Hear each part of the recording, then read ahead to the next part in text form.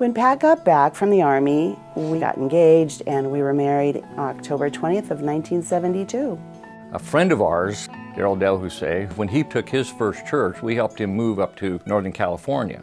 And we'd go up and visit him once in a while. Well, one year we went up to visit and he put us in touch with Mount Hermon Christian Conference Center, and we got a job there. Then he came to Scottsdale Bible Church and left us high and dry up there.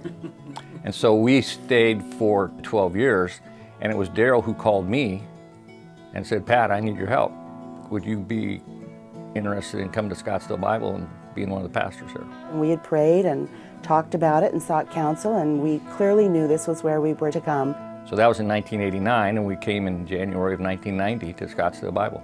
The 24 plus years that we've been at Scottsdale Bible Church have been, I wouldn't change it for anything. And that's, I have to admit, that's why we are doing this video.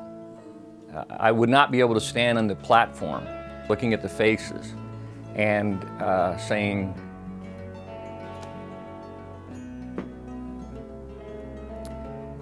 it would be too difficult because there's just the memories. I've done over 300 funerals, over 300 weddings, and all the different ministries, the Timothy ministry, the Holy Land trips, the mission trips that we've been on. He'll come home after a wedding and say, that's my favorite wedding, and it's almost every wedding. He'll come home after a funeral and say, wow, I'm so glad I had the privilege to do that. When I came in 1990, there were a lot of pastors that have come and gone since then, and I saw God taking these guys and putting them all over the place. And I looked up and said, God, when are you gonna move me?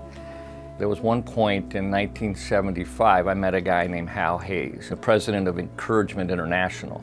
They have been going over to Slavic communities, Russian-speaking communities, teaching seminars and classes and working with pastors and ministry leaders to grow and to do ministry together and reach the lost for Christ.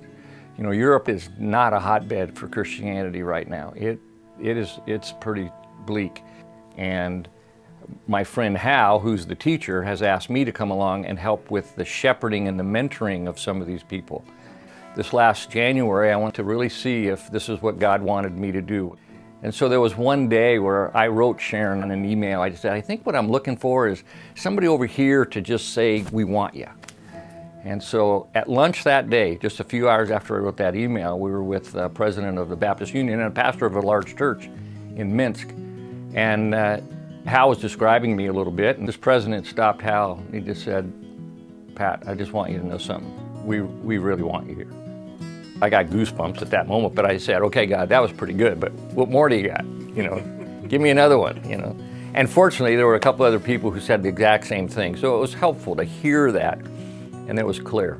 After Pat returned, I could tell his heart was with these men and these leaders, wanting to pass on to them what God has put into him over the last 24 years. We don't know what the timeline is for when we're going to go. We're ready to go up here, but there's a lot of things for us to do in getting prepared to go. We have to raise support, we have to sell a house, and there's just things to do. So we're not going to really go anywhere real fast. Raising support for me is, you know, a little bit of a security issue, but God has so given me peace that this is what we're to do, that I am learning day by day to completely trust Him, that He will provide what we need when we need it. You know, Scottsdale Bible Church has been blessed for over 50 years. And what we've done on the platform and the teaching and the worship, I think has been extraordinary. But I think the reason that Scottsdale Bible Church has been so blessed by God is because of the people. They're ready to serve. They're very generous. They give, they serve. And that's what we're going to miss the most in those relationships. It's just how much this place has meant. The people, the experiences that we've had, never forgotten, and they were building blocks for what we're going to do next. And I just think it's been a great training ground for what we're getting ready to do. I'm Pat Sullivan. I'm Sharon Sullivan. And this is our story.